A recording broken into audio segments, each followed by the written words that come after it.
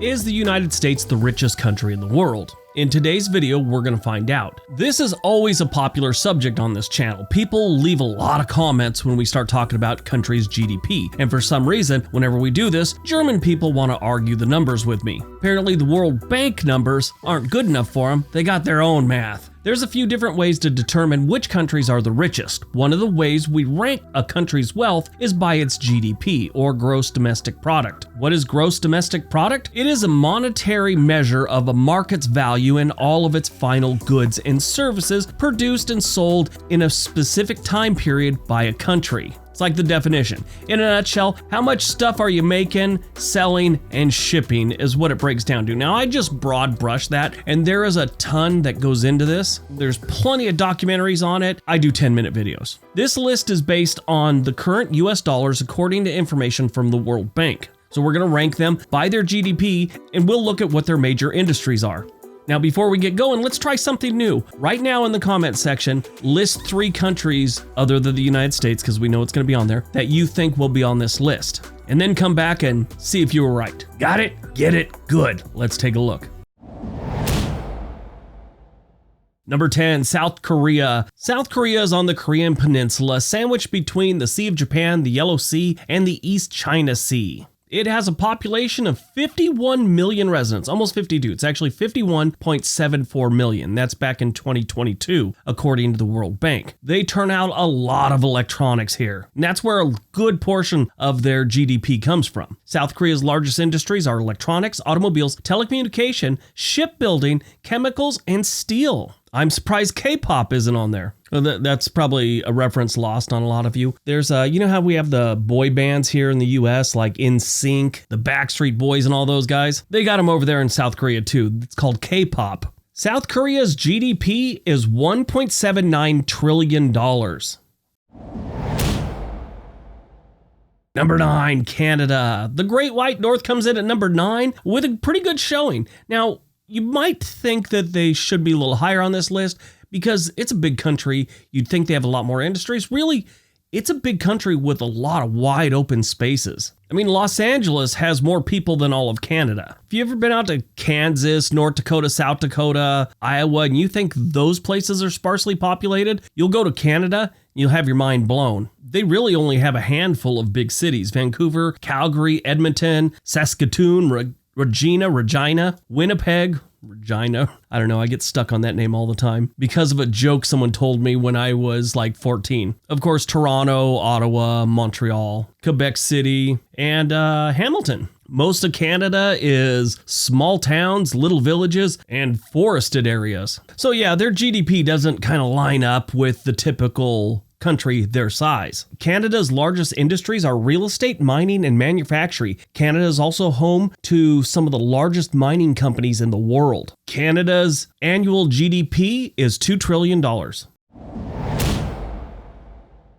Number 8, Italy. You know, this one sort of surprised me. Then when I sat down and started thinking about it, it made sense. There's a lot of things that come out of Italy. I mean, a lot of different things, and they tend to be very expensive. They're also really big in pharmaceuticals, which I don't think a lot of people realize. Italy has a population of just over 59 million residents. And like I'd said, fashion, food, automotive parts, and automobiles, pharmaceuticals, manufacturing and machinery, along with tourism. Tourism is a big part of Italy's economy. Italy's annual GDP is $2.1 trillion.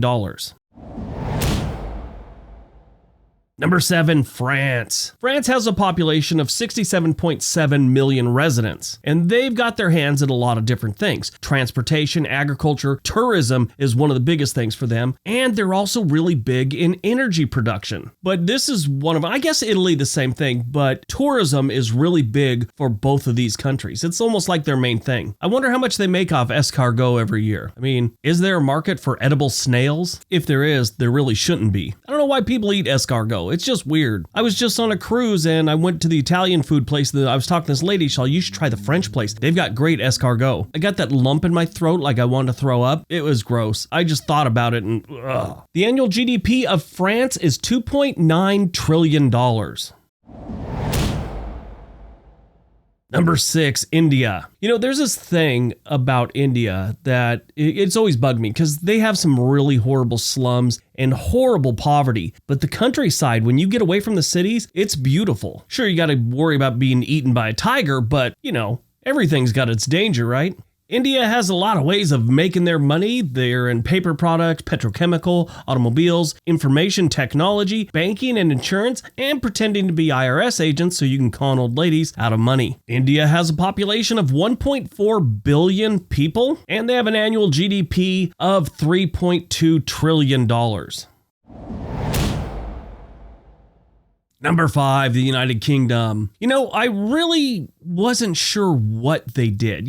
I talk about different things, but it's not something I really looked into. Like, what do they do in the UK? I tell you all about London and all the different places, but what do they do? Well, most of it's agriculture, construction. They do have manufacturing and a lot of production, tourism, and shipping. They're also really big in insurance, investment, and banking type things. The United Kingdom has 67.33 million residents, and their annual GDP is $3.2 trillion. Number 4, Germany. Now, here's a fun fact about this whole thing. If we included states, this is where California would go. Depends on the year, but in recent years, they've almost overtaken Germany. So I guess they would have been Germany at 4 and California at number 5. I did read one article that said they overtook them, and then I was looking at the numbers and they're almost overtaking them. I think things took a step backwards because of the pandemic, but I do think California will overtake Germany by the end of 2023. We all know Germany has some insane industries: machine building, automobiles, electrical engineering, electronics, chemical and food processing. These are their main industries. I'm shocked beer isn't somewhere in there. Germany has a population of 83.2 million residents, and their annual GDP is $4.2 trillion. Number 3, Japan. The manufacturing of cars and car parts is one of the largest industries in Japan. Japan has a highly developed economy. The country has the second most developed economy in the world. That's not the largest, that's the second most developed. There's a difference. Automobile manufacturing is going to be the biggest part of Japan's economy, with companies like Toyota, Honda, Nissan, Suzuki, Mazda, Mitsubishi, Subaru, Isuzu. They also have Kawasaki and Yamaha. There's still other ones I didn't name. Japan has a population of 125.7 million residents, and they have an annual GDP of $4.9 trillion. Now, coming up next are the big ones. Number 2, China. China is a powerhouse when it comes to their economy and their GDP. It's insane how many people they got working over there, how many different industries and companies. When you look at what they do things in the service sector, manufacturing, agriculture, e-commerce, technology. They make things like cell phones and tablets, which falls under manufacturing too. They make semiconductors. Things may be changing. I don't think by that much, but since the pandemic and we had a bunch of shortages, the US has started to make their own semiconductors instead of sending it over there. They've just run into problems, so it's changing. Will it change enough to make a difference? Maybe. Are we just cutting China out of the equation and doing it ourselves? No, but we're taking some back. Maybe that'll change if they keep sending balloons over our military facilities. When I worked for Nike, we had a lot of manufacturing, they still do, in China, but they had some problems. And the story was, at least I heard, this isn't official, that a lot of the new products they made, people start making knockoffs before they really even got to market sometimes. So when it was something new, they'd keep it here in the US for manufacturing. China has a population of 1.412 billion residents. They got a lot of people. And that's after they started telling people to quit having so many kids back in like the 1980s. The thing with China is they have so many loopholes with how people get paid over there, which they don't get paid much at all. Granted, their economy is a little bit different than ours, but these people don't get paid that much. So it's, in a lot of cases, better to do your manufacturing over there. And China has the people to supply those manufacturing jobs. But like I said, they got 1.4 billion residents and their annual GDP is $17.7 trillion. That's a lot of trillions. All right, before we get to number 1, don't forget we have another channel called On This Day. There is a link for that channel below. We'd love it if you went over there and subscribed. All right, on to number 1.